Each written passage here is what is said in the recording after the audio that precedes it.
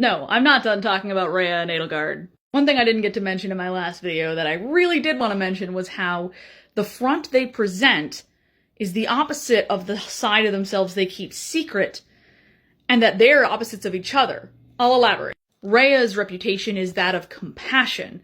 Edelgard's reputation is that of ruthlessness.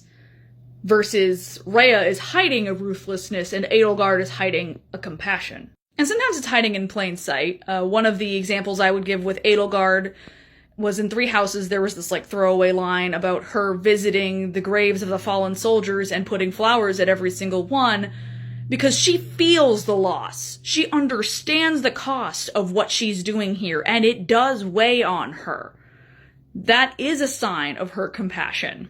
But I don't have to explain her ruthlessness because she waged a war. So I think we got that.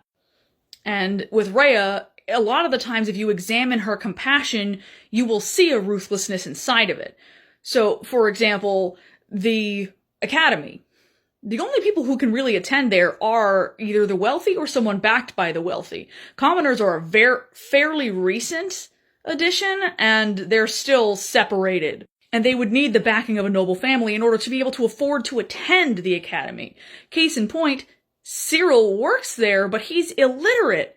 And the only time that anyone does anything about that, as far as the characters go, not Violet, is a support with Sedith where he's like, you should really learn to read and write, my man. Rhea doesn't care. I mean, Cyril worships the ground she walks on.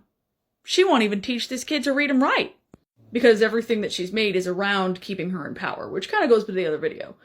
But another more clear example of Rhea's ruthlessness is that when you fight her in the Black Eagle's route in Three Houses, at one point she gives Catherine orders to set fire to a city with the civilians still inside. And even Catherine hesitates and is like, are you sure? But Rhea doubles down on it.